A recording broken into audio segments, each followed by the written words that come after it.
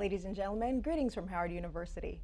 I'm here with two outstanding professors, an assistant professor, Dr. Thomas Searles in the Department of Physics at Howard, and Dr. Beatty, who is an associate professor and associate chair in Afro-American Studies. We're here today as part of the Edward BOUCHET lecture series, and we're here to have a very outstanding conversation about their research and how it is that it has implications in today's society. I want to start with you, Dr. Searles. You look younger and younger every time that I see you. So you're dubbed a millennial professor, and you are having to engage young people in a field where between the years 2010 through 2012 in the United States, only 17 PhD physicists graduated, and you were one of them. Tell us about your journey and how it is that you got to where you are now. Yes, thank you. I was born in Albany, Georgia, and I always tell people all the time, they're like, how's it being a black physicist? And I'm just like, I'm just a regular dude from Albany, Georgia, and I am. Which is very, very comforting. But I was always an inquisitive kid, and I always wanted to be an astronaut. And in the first grade, I read a book about black astronauts. And specifically, the one that came to mind was Ronald E. McNair. And he happened to be a physicist. So at that point in the first grade, I read that book, and I said, okay, I'm going to be a physicist so that I could be an astronaut like Ronald E. McNair. And then fast forward 15, 16 years later, I was at Morehouse College as a Ronald E. McNair scholar. So that was kind of what started my journey in physics. It hasn't been a crystal stair. It's been something that's a lifelong learning journey, which is something that it actually wakes me up out of bed every day, this new discovery, like trying to find something new about the natural world that we live in. That's, by definition, that's what physics is. It's the study of natural phenomena. And in that's taken me to places that I would never imagine as a kid in Albany, Georgia, that like to take things apart. Yeah. So I got my PhD at Rice University. From that, I was able to do a non-tenure track position back at Morehouse College, where I studied. And to that point, out of those 17 PhDs over that time period, I would venture to say about half of those were my classmates at Morehouse. Wow. In the physics department. And we still stay in touch till this day and encourage each other along this journey. So I returned to Morehouse, and then in 2015, I came to Howard to start what's been a burgeoning program in applied physics. Good move to come to Howard. So Dr. BOUCHET, as you know, was one of the very first physicists to graduate in about 1876 from Yale University. And he wasn't honored in his life as much as he's been honored in his death. Mm-hmm. But your research has some commonalities with his. Tell us about it. Yeah, most definitely. Dr. Ron Mickens is a physicist at Clark Atlanta University. He's run this large, he studies the historical aspects of African Americans in physics. And something that's of interest is that Dr. BOUCHET's thesis is missing, or it's not found. But Dr. Mickens, from the title and then kind of the idea of studying Snell's law, or this law of the index of refraction, mm-hmm. specifically, points to the fact that Edward BOUCHET was probably studying geometrical optics, specifically measuring indices of refraction with the application of minerals. So at the time, 1800s, late 1800s, people were studying these materials for coal, or for instance, or gold, or whatever. And it's so interesting that that's the case, because what I look at is the negative index of refraction. So the same exact subject matter and studying physical properties of materials and manipulating the physical properties of materials with external stimuli to change the index of refraction for technological applications of the day. So everything that he studied in his thesis is taught in the classroom that I'm teaching, and it's actually the proposal that I'm writing right now for applications in quantum computing. So something that Edward BOUCHET, as a black physicist, the first black PhD, did over 100 years ago is now something that I'm trying to teach my new budding Black PhDs in my group, studying to do the same thing. I think that that's very remarkable, and I'm very, very honored to even be talking about this at a symposium for Edward Bouchet. That is a very interesting segue into Dr. Beatty's field. Now, I went to Greece this year, and it was my first time there. I can tell you that as soon as I landed in Athens and I was touring the city, the driver that I had mentioned to me that his Greek civilization was the oldest, and it carried the most secrets, the most in medicine, the most in everything. I would have thought that, you know, the Greeks had it all. So I want to talk about the Greek miracle and how it is that the Greeks have managed to position themselves in this Greek mythology, that they were first to set some of the presets that we have for scientific discoveries like the kinds that Dr. Searles just mentioned. I would say it's not the Greeks per se. And kind of let me just, as a prelude to this, kind of how I entered this conversation in terms of Africana studies. I got my degree from Temple University, and it was there that I got an opportunity to study with Theophile Obenga.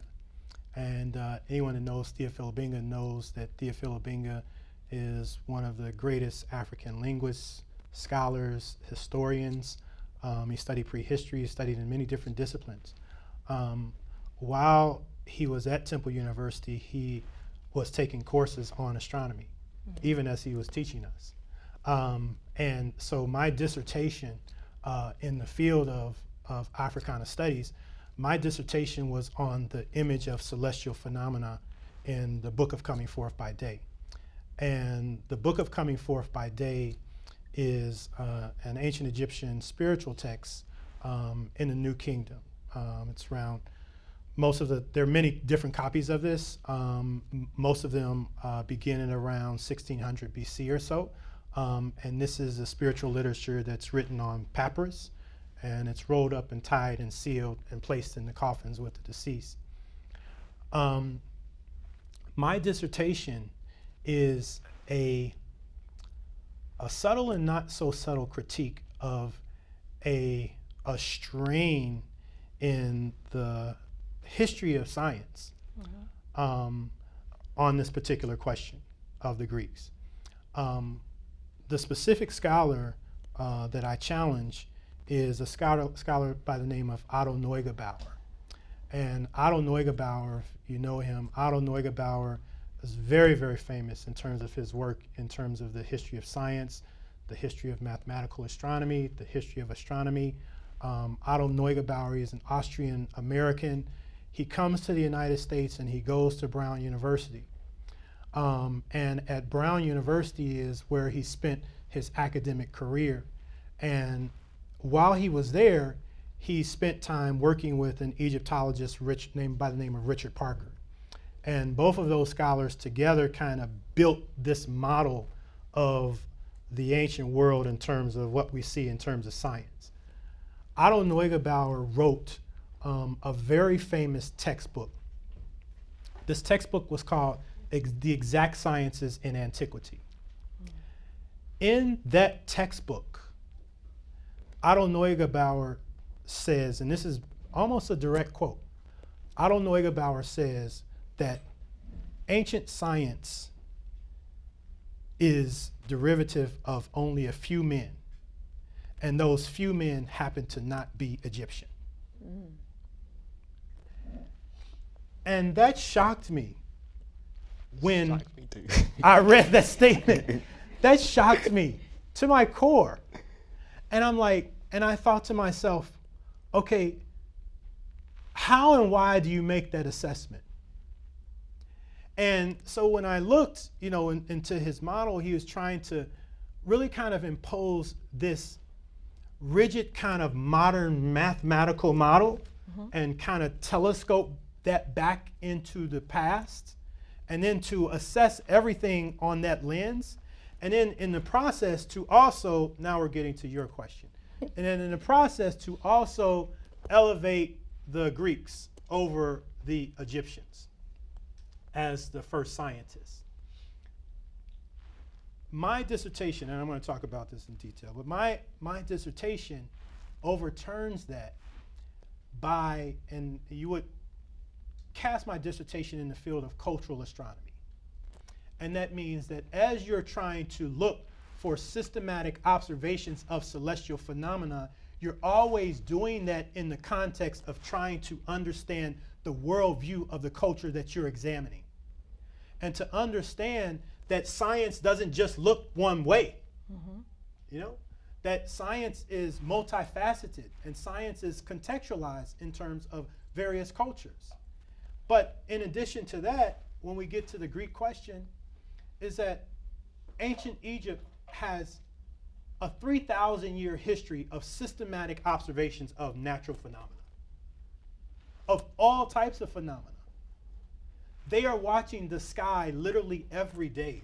There's an astronomer priest watching the sky literally every day with shadow clocks, with sundials, with inflow and outflow water clocks, with all of the instruments that everybody else uses in the ancient world that are primarily coming from them.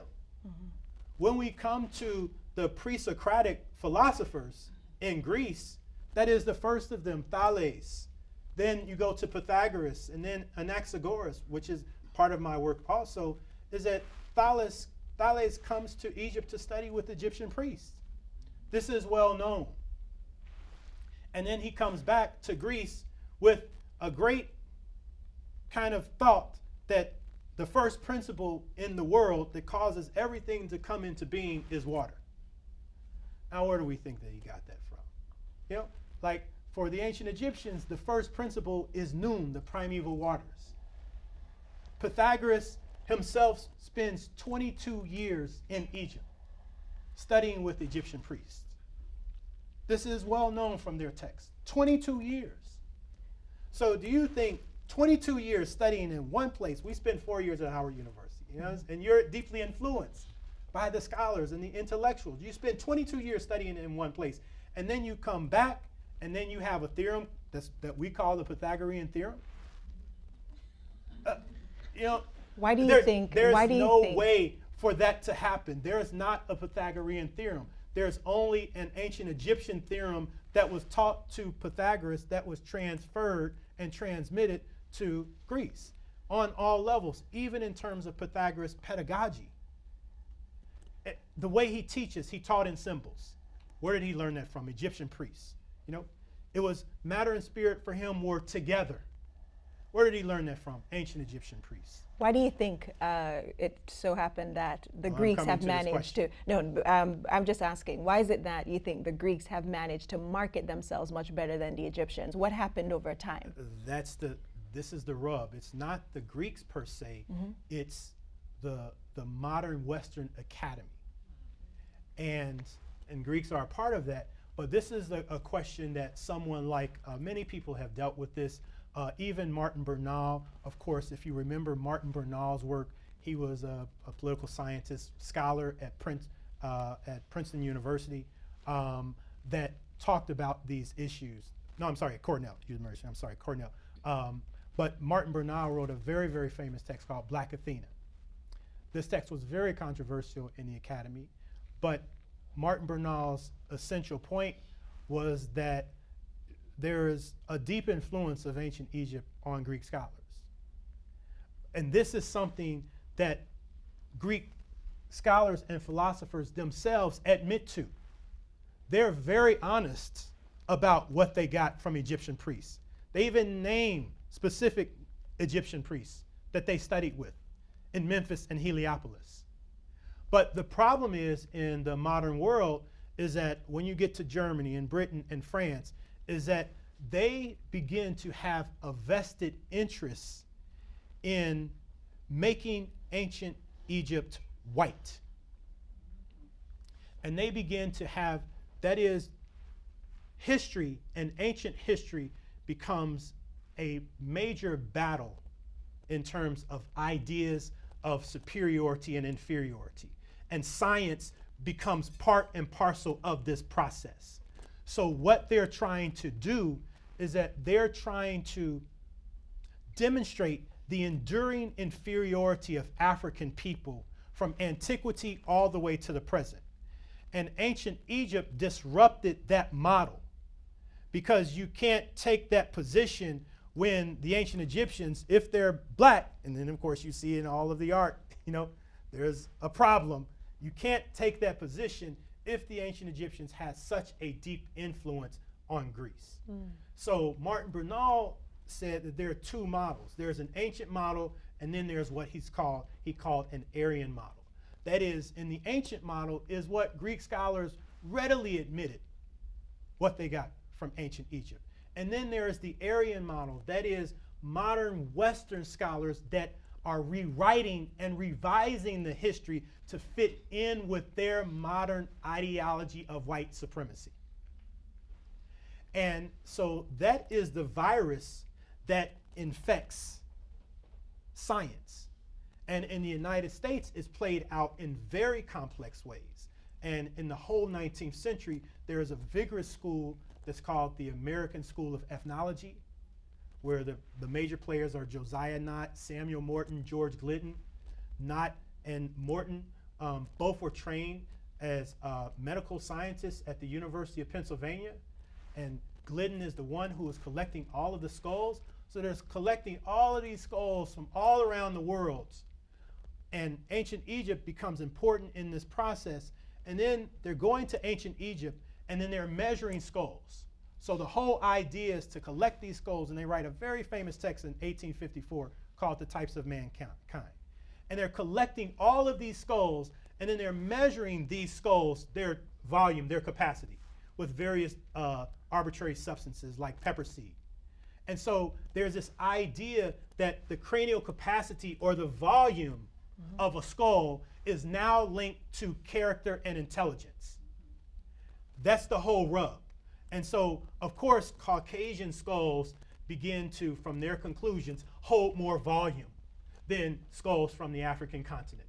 So then they conclude that on that basis, African people are inferior. And then ancient Egypt, they have to be whites. They're not part of the black world. Modern studies have shown that ancient DNA in Egypt differs very significantly from current DNA. Yes. Does that help to support some of the concepts that you're mentioning now? It does, but it's still a contested terrain. Okay. And you know, Sheikh Anta Diop dealt a lot with this. Theophilus Obenga's very close colleague, was really a pioneer in these types of studies on the African side, studied advanced chemistry at the Sorbonne in Paris, and came up with a lot of tests, melanin dosage tests, to try to test the level of melanin in mummies. Because of where those studies were going, they cut him off. They didn't allow him to do any more mummy testing. But right now, in terms of DNA, there's a simple question to ask, is that at the foundation of ancient Egyptian civilization, were the people that created ancient Egypt, were they cold adapted migrants from outside of the African continent? Yes or no? And if the answer is no, then all of what you see, that is the people and what they created in their environment, what we see in their symbolic universe, in their culture, are adaptations to the environment that they existed in along the Nile Valley. And so we know for a fact that there is not a mass migration of people coming into ancient Egypt in its formative period. And ancient Egypt as a civilization is formed by the Old Kingdom. Things become more complex in the New Kingdom, that is, with wars, with battles, you get more migrations, etc., back and forth with people. It becomes more complex, but ancient Egyptian civilization at its essence is an African creation by African people. And that is really undeniable when you even look objectively, and not just at the anthropological data in terms of physical anthropology, but also in the cultural data and how you see that culture playing out vis-a-vis Greece or vis-a-vis other cultures in Western Asia. To my untrained mind, I often think that, scientists, they write stuff down. We write it down because we want to make sure that it's preserved for generations to come, and we want to make sure that it's always evolving. Somebody else is picking up on an idea Yes. and taking it to the next level. some of the content and the communication got lost because until we found the Rosetta Stone, right?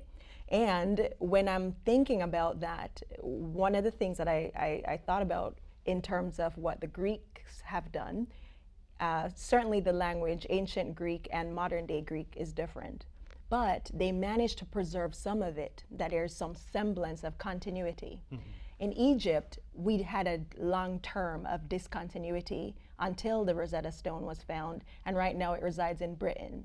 How is it that we are preserving hieroglyphics and some of what we've discovered so that even our students on Howard's campus today and beyond can teach it to their kids? Sure. The Rosetta Stone, of course, it's the first thing that you see in the British Museum. Mm-hmm. But the Rosetta Stone is a stone that Napoleon's army found in the late 19th century. It is actually a stone that's written in 3 scripts in 2 languages. And the 3 scripts are hieroglyphic, Demotic, and then Greek, Greek capital letters. It's actually a text that deals with, it's actually was 196 BC, but this text deals with Ptolemy V, and it deals with the historical content of this text, deals with basically an exchange between him and the priest of Egypt. So the text itself is about basically alleviating the pressure of Egyptian priests in terms of taxation, in terms of reciprocity, getting their allegiance to him and his program. That text becomes important because that stone, of course, has a way for us to compare.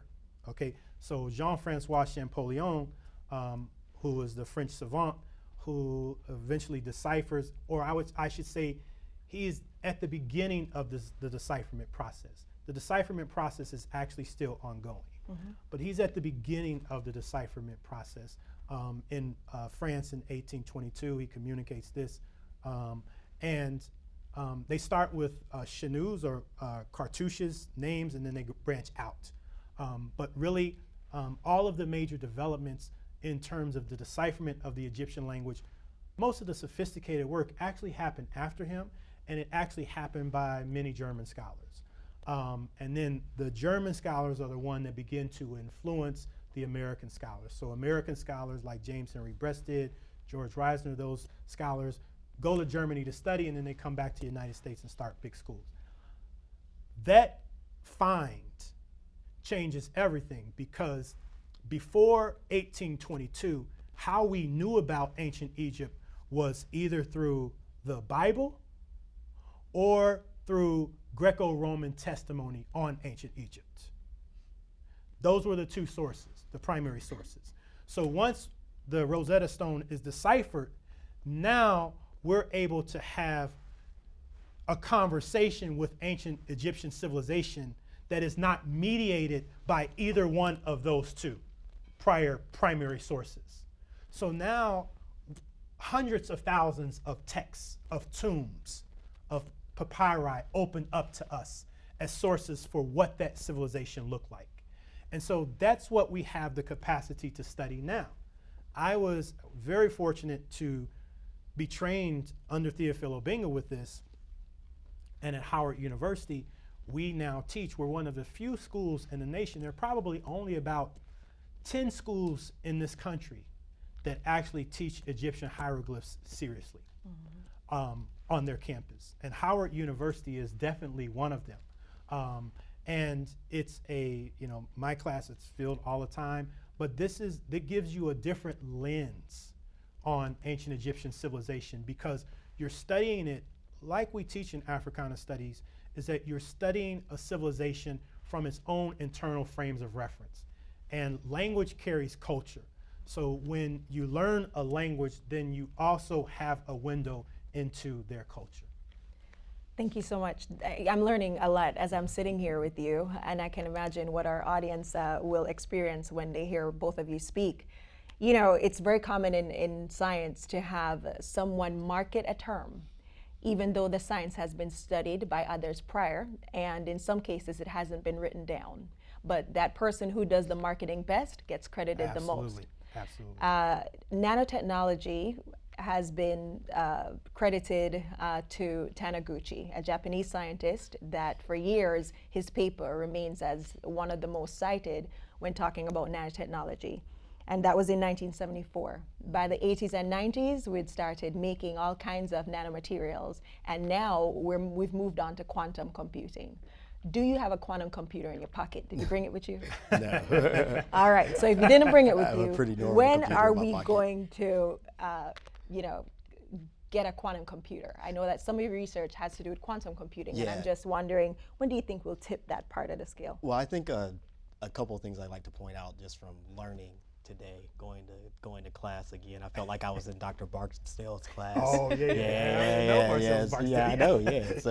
So that's really the value of having a liberal arts education and being able to be at a place like Howard University, very similar to that of like Morehouse College, is that it's very easy for a scientist to be stuck in the lab and only worry about equations and theorems and that type of thing without getting the other perspective. So I think that was one of the things that I really gained an appreciation of in what you were saying. Yes. The other part that was kind of lost in that, though, is the fact that you had Howard scientists by the name of Cobb and the Cobb Institute that directly, from a biological and anatomically of challenging that. Yes, so I also want to give a shout out to the Cobb Laboratory. Absolutely. And the Cobb Howard. collection is held Yeah. right here. Yes. Yeah. Absolutely. So saying that, I think that these types of discussions are really the value of an HBCU education. So, and then a shout out to Dr. Barksdale, because I did learn a lot of this Absolutely. as I was He's learning now physics. retired, Yeah. retirement. Most definitely.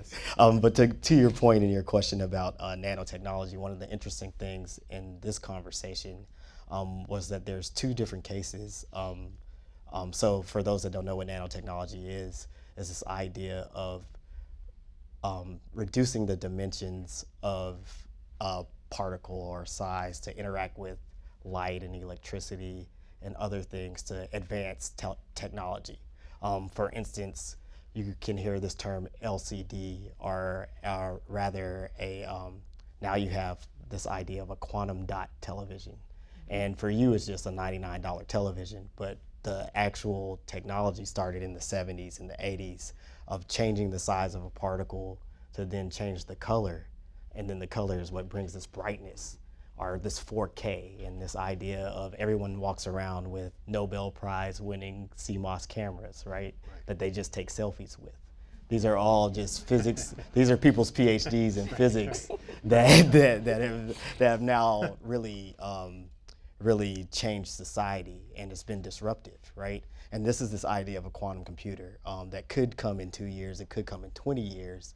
There's a significant amount of investing in this National Quantum Initiative like there was 10, 20 years ago in nanotechnology.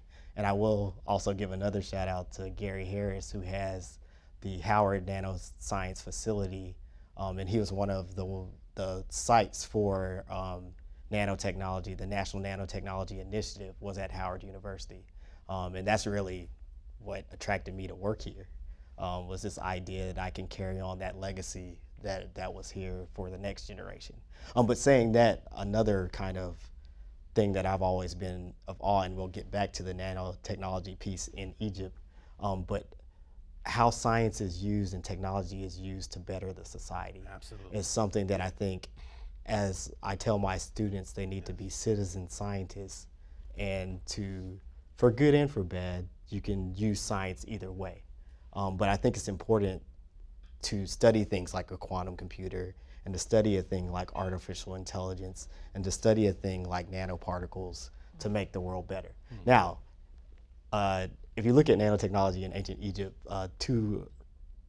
there are three like really kind of recent papers that have come out, and one is the idea of using nanofibers to reinforce ceramics, and that's why you can see some artifacts last much, much longer than anything else in the world.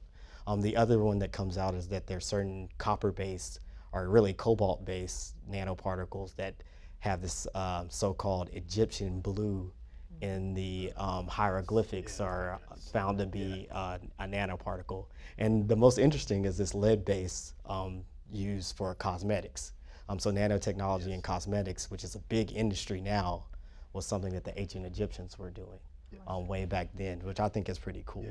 So I think that that's something that's always, I guess, as a modern scientist, and it's interesting too the way that you use classical and modern, because for physics, modern means 1920, right? So everything Pythagoras and from 1911 to, and then this idea of race and class and religion and discounting certain scientists because they were Jewish, and really their lives were in danger.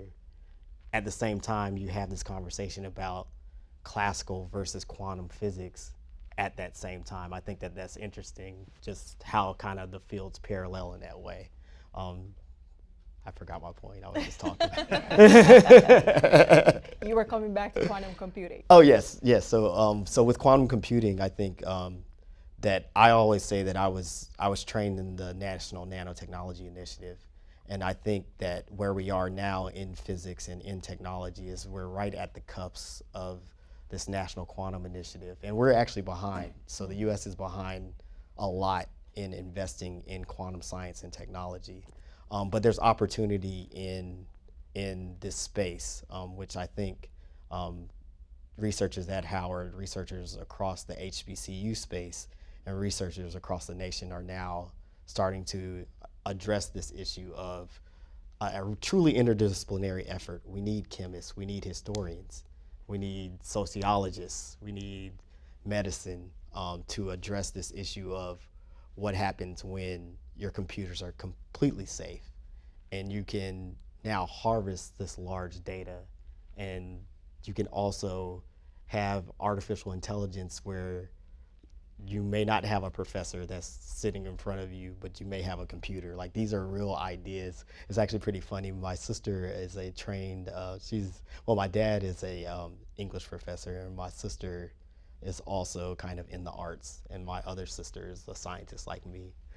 But my sister in the arts, I always get her to read my proposals, and she's like, how can you get funding for trying to turn things invisible? This seems like you're writing science fiction. However, these ideas of science fiction and these movies that we watch will become reality very, very soon. Right. Yeah. So I was reading one of your papers, and I'm a PhD chemist, but I haven't been a chemist in a long time. Yeah. And so as I read the word eigenmode, I was triggered because it reminded me of my PChem class, and I got out of that paper. Okay? Yeah. But what was interesting is so much of the math that you had included in your paper had Greek lettering.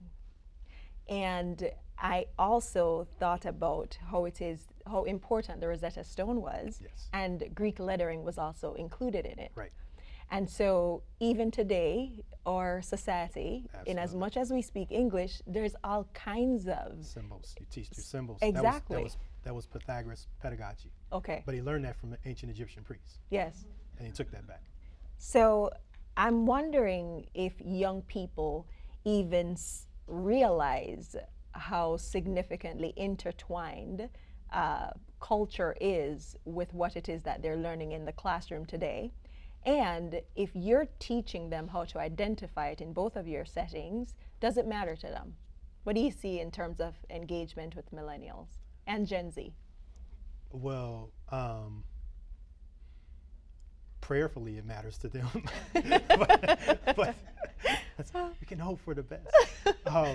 But what I get, it's variable. It's variable. Some students are, in class to get a grade. Yeah. And a lot of students are in class to learn deeply, about that particular subject matter, and to learn about themselves in the context of the world.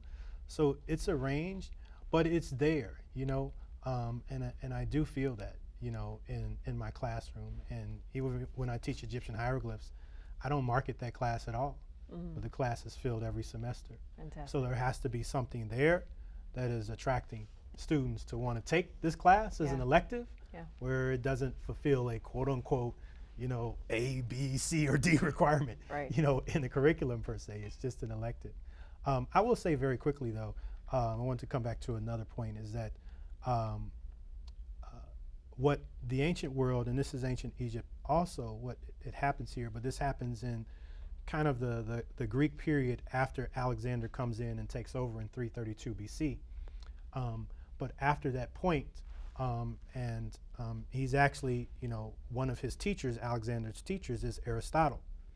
But they have an idea to start a library and a museum, like an academic circle, in Alexandria, which is the capital that they start, in the Nile Delta, in the western reaches of the Nile Delta. That place, Alexandria, is the center current of these cross currents of scientific discoveries.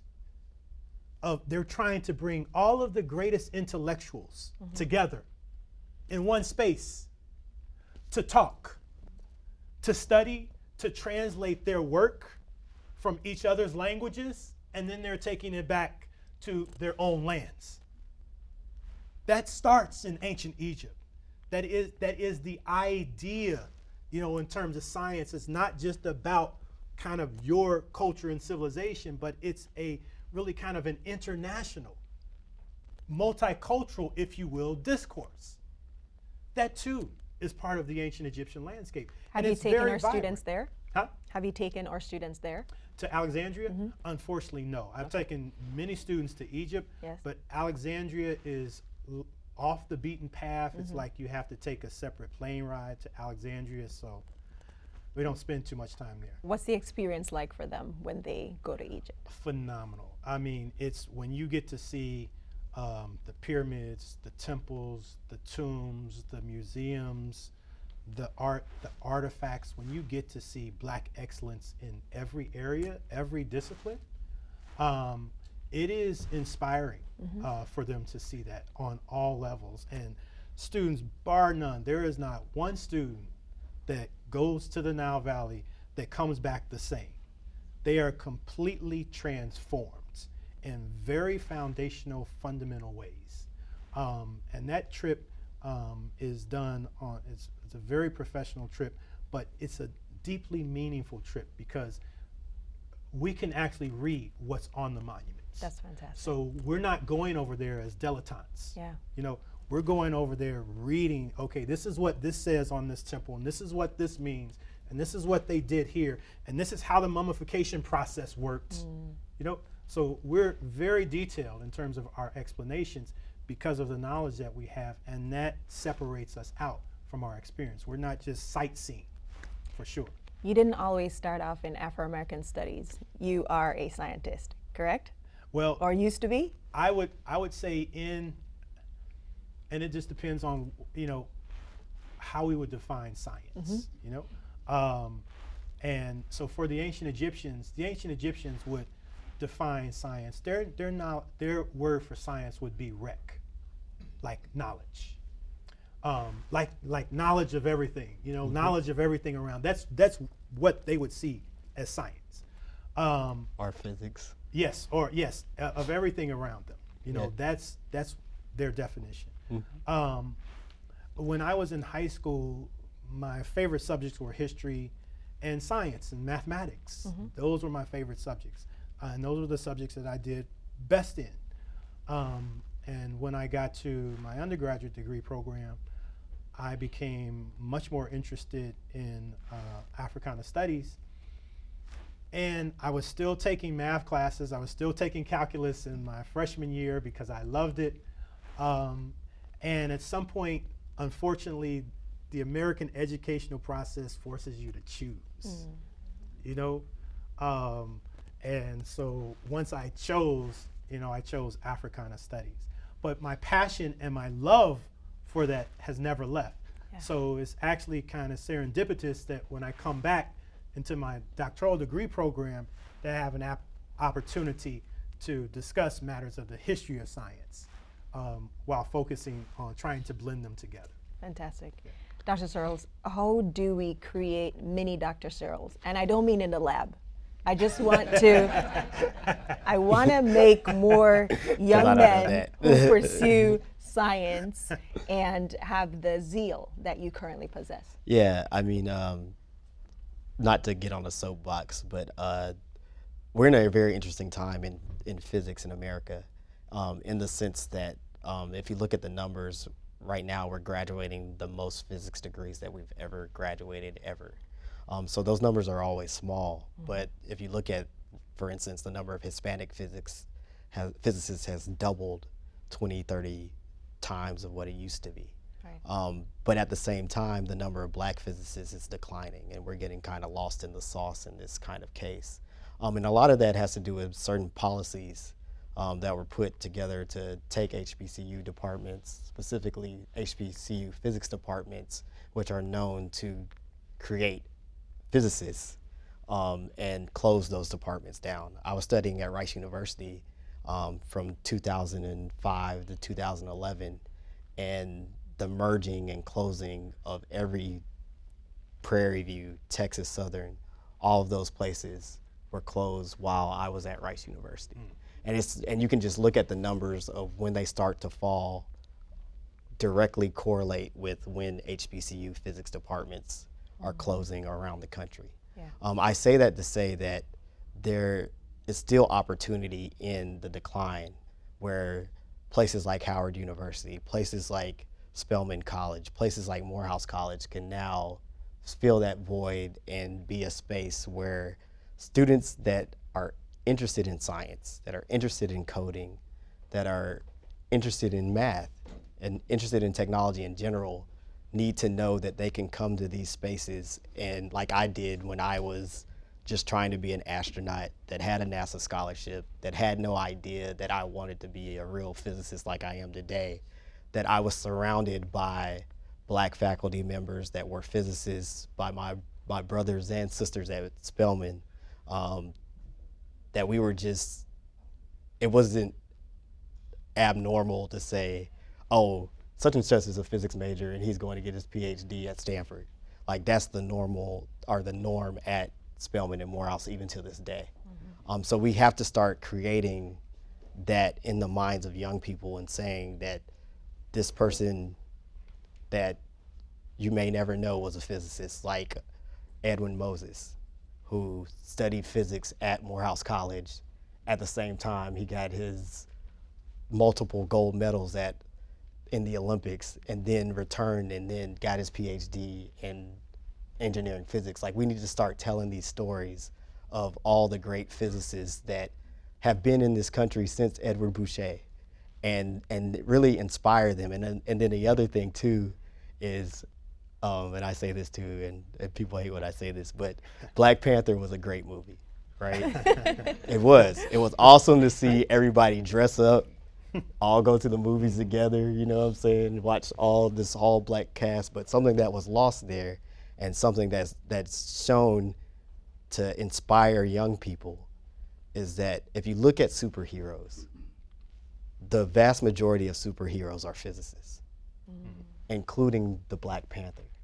And that was lost in the movie. He got his PhD, according to the origin story, he got his PhD in physics from Oxford. At the same time, Killmonger got his PhD in electrical engineering at MIT. The same time that Tony Stark, Iron Man, got his PhD in electrical engineering at MIT. I missed the whole of that. No, that wasn't even in the movie. I'm sorry, I missed all of that. And to me, as a black physicist, and I know the story of Black Panther, we've been reading these comics. Black physics students have been reading these comics for years, and this was our opportunity to really show it on the grand stage, and it was lost. So you're saying you're the superhero of Howard, and we need to recognize you more. I'm going to tell Dr. Fitch. No, I'm just saying, if you know any young people that want to be superheroes like me and my friends, just tell them to send me an email, and we can show them that this superhero life is worth it. Yeah. I'm going to add to this cosmology of the Black Panther. Yeah. Because the Black Panther itself is an ancient Egyptian goddess. Yeah. and that's bast or bastets, literally in their cosmology. So their origin story of that comes from an ancient Egyptian divinity. And of course, the ancient Egyptians, in terms of their educational system, they would have never, ever gotten rid of physics from the curriculum. No, most definitely. And that's a very, very, very, You know, very, and they would never have excised it from the so curriculum. I have to tell that story because the purpose of their educational system is about knowledge, not profits. yeah. So And so when political economy becomes the overriding objective for how you train students, then that's the imperative that you get to, okay, we don't value this, but we value this. The ancient Egyptians would have never made that type of determination in terms of their curriculum. They would have valued everything equally and taught everything at its highest level equally that they could to students. yeah, and to your point, and then it was when I was in high school, so late 90s, early 2000s, they started to take physics out of the curriculum, which I think was detrimental to this idea of giving opportunities for young people to study physics, because really that's and if you look at the literature, that's when people usually decide to become a physicist. They have a positive experience in high school with their high school physics teacher. Right. So that puts a lot of stress on that poor person that has to take something that's historically seen as something that you don't want to study, and you have to encourage students to why am I sitting in this physics class? Right. And you know, I can make money without learning this. There's a meme that's going around, when will I ever need to use the quadratic equation again? Right, and right. it's like, you have to fight that stipulation, and then if you don't do it in a proper way, you lose a generation of physicists, right? Yeah. And not everyone has, like, I have what I call an African American tiger mom. I love my mom. Hi, Mom. She was texting me, harassing me today. But but I was in high school, and from the beginning of my story, I told you that I wanted to be an astronaut like Ronald E. McNair. Therefore, I needed to be a physicist. And my mother was always supportive and encouraging in that, such that when I was supposed to take physics as a junior in high school, she fought with the Dougherty County school system board to create an independent study AP physics class just for me. Wow. And now with that, now I'm sitting here today publishing in the journals that I'm publishing in, getting funding that I'm funding, and creating opportunities for students. And the other thing I tell students all the time is, like, I never imagined that I would go to the places that I've gone with physics, right? So those are the types of stories that we have to tell, that it takes a lot of investment. Absolutely. And just somebody like me, or somebody like a Dorian Bowler that's at Stanford Linear Accelerator, or somebody like a Walter Massey that came from Mississippi and then was then the NSF director and then the president of Morehouse College, that then reinvested in me by me being a physics student and all the rest of the physics students while I was at Morehouse, to invite us over to his house. Like, that takes millions of dollars and the strength of an entire community to create just one physicist. And this is the type of thing that we have to be in a competitive environment with the rest of the world, really, because that's where we are now. Absolutely. Is that we have to start to tell these stories. We have to engage young people as early as possible and just present it to them as an option. Like, I'm not saying that every student that's majoring in physics at Howard University has to do what I'm doing. But their experience and the opportunities that this degree could give them, although they may be like Edwin Moses, that is now retired from his physicist job, but he's an Olympian, but he's still a champion of physics and champion of black physicists. We need way, way more of that. Now I'm off my soapbox, I'm sorry. So I started off as a chemist. Went to corporate America and realized very quickly that I wasn't speaking a business language that they were speaking. So I had been trained in chemistry, and so I had to go out and get an MBA. And then I was able to communicate more clearly with them, and I actually had a voice at the table. So you can imagine, I've always been the sole woman chemist in the room for many years. Yeah. Still am sometimes today. What do you think in terms of interdisciplinary studies? Meaning, if you can't get as many students to be engaged in classical or modern physics, you know, applied physics, what about combining physics with other disciplines being taught by your peers in order to attract students to that area? Yeah, I'm all in favor of it. As I stated earlier, this idea of quantum information science is going to take multiple disciplines. It's going to take chemistry. It's going to take coding.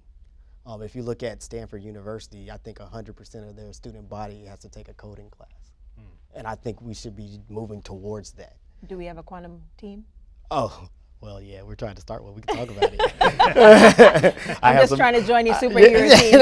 No. Do you have an application process? But I think that even I'd be interested in working with Dr. Beatty on how we could start to talk about, and that's something that you hinted on, this idea of the Egyptians having an international center and an international language, and that language is why we use the Greek letters. So the omegas, the large omega has to do with the frequency of the oscillation, and the small omega has to do with the frequency there. Like, those are used as symbols such that people that do read my paper in Singapore and Japan and my collaborators in Africa and France, that we can all speak the same language in that same way. I think that those are the types of discussions that as soon as we can have those with young people, then they'll gain an appreciation for it earlier in life than maybe the 20-year-old Thomas Searles did when he was in Dr. Barksdale's class.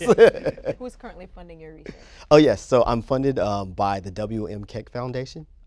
So that does 2D quantum optoelectronics. So this is this idea of getting better solar cells and harvesting solar energy. And then also the Air Force Office of Scientific Research. I'm in their metamaterials program. So this is this idea of not having your normal atoms to make a material, but we have these man-made materials that we can alter the unit cell with this idea of increasing the bandwidth of internet for faster speed communication, so people can take selfies and live stream videos and things like that. If you had, one wish in terms of your discipline, what it is that you'd say you'd wish for the physics community at large? Yeah, I wish that there was more of an acceptance for, there's more of an acceptance of ideas that weren't necessarily first, right? We lose a lot in, if you didn't publish this first, then it doesn't matter. And I think that limits us in the fact that there's a lot of value in the process of getting things done. And I'm sure this happens in a lot of disciplines, not just physics. But in physics, we go for the Nobel Prize, and this is very prize oriented. Okay. Rather than, I think the focus should be pursuing technology to make society better, which sometimes those work together. But I think as a physicist and being in spaces where young black people have never been before, you can kind of see that people are more focused on self and not others. And then my advisor was Japanese, and then I've been to Japan many, many times. And so as opposed to people writing proposals to get the next Nobel Prize, they'll have, we just had a tsunami and we need to address this societal issue with this funding. I don't think we do enough of that. Understood. Yeah. What about you, Dr. Beatty? I would wish for my discipline that in the perception, of kind of the external world, is that too many people see Africana studies as just the study of black stuff. And they don't see it as a rigorous discipline with its own methods and methodologies that are used to systematically study the lives of African people from the internal frames of reference of African people in all areas. And it's inherently disciplinary. Indeed, I would say it's transdisciplinary in a lot of ways. But there is a lot of great sophisticated scholarship in this discipline, but it just can't be done by, oh, we just study black people. No, it's not about the what, it's more about the how. And there is, and the methods that we use, the approaches and the techniques that we use, you know, prioritizes our internal frames of reference. Whether it is we're discussing society, governance, ways of knowing, all of those things. And I feel like if people could see that inside of our discipline, that they would have much more respect for what it is that we do. And, you know, it's not an afterthought or it's not marginal. In fact, it's the discipline that's central to our humanity, and it links to every other discipline. And indeed, it historically and culturally contextualizes everything. So even in terms of ancient Egypt, very rarely would you see any of them put their name on an advancement. It's very rare that you see that. It happens, but they're more representative. When it's done, they're representative of a collective. I think we'll wrap it up at the top of the mountaintop. Thanks for joining us. This program was produced by WHUT, Howard University Television, and made possible by contributions from viewers like you.